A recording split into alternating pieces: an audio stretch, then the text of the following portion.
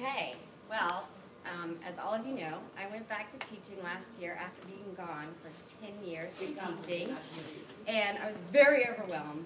There was so much technology out there that I didn't know what I was doing, and all I've been doing is working on PCs in the preschool. I was really behind the times. I had not even touched an Apple product, and I had a lot to learn, but fortunately I had a great 21st century team to help me and teach me and guide me.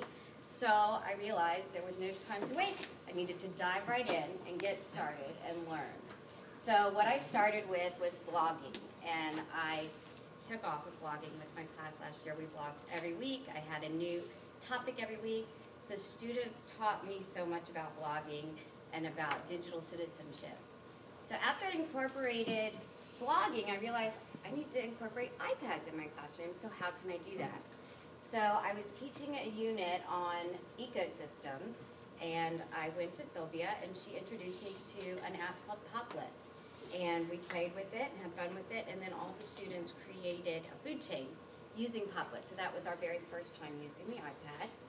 And from there, we were getting ready to go on a field trip to Savannah, and I wanted the kids to get to play around with where are all the stops we're going to make. So we used Google Earth, and they mapped out our entire trip that we were going to be taking, and they collaborated and talked and had a lot of fun, and we were ready for our trip.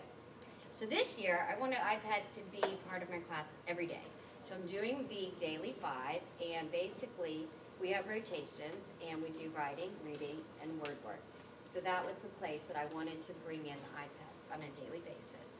So the first thing I did was I brought in the iPads and let everybody play, experiment, try out new games, and just collaborate, get comfortable with the iPads in the classroom.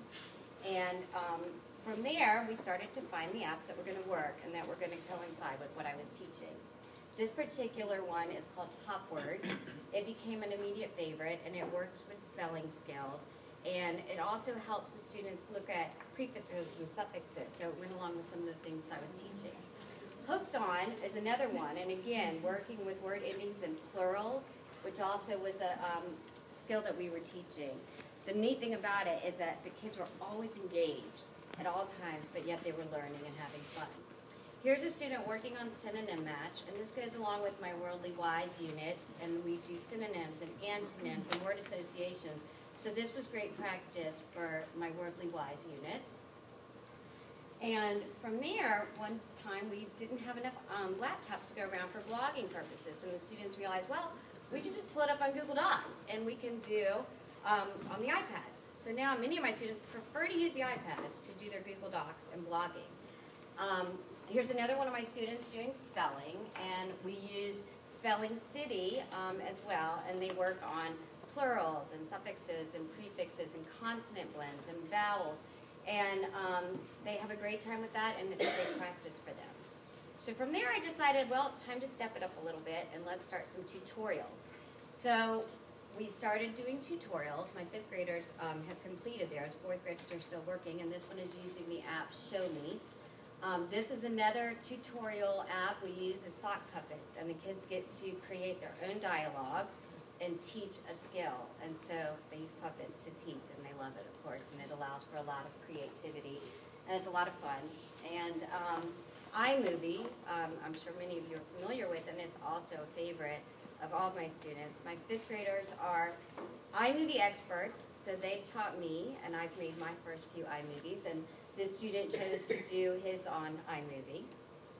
Another way I use iPads is every week I choose a different student to be a photographer and capture learning as it's going on, and they use the iPads to do that. So that's one of my students, capturing learning as it's going on.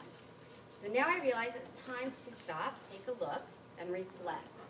How has this iPad impacted my learning, my teaching, everything going on, and is it working? What's the data showing? And what I found is looking at my benchmark tests and my star reading and my AR tests and their writing and everything we're doing, everything has gone up, all of the skills. So it's working, and I'm seeing progress, and they're engaged at all times. So that leads me to what is next, and what is next is I want to use iPads next year in my classroom instead of textbooks. I believe every child should have one. I believe I should have one so I can stay one step ahead. Thank you.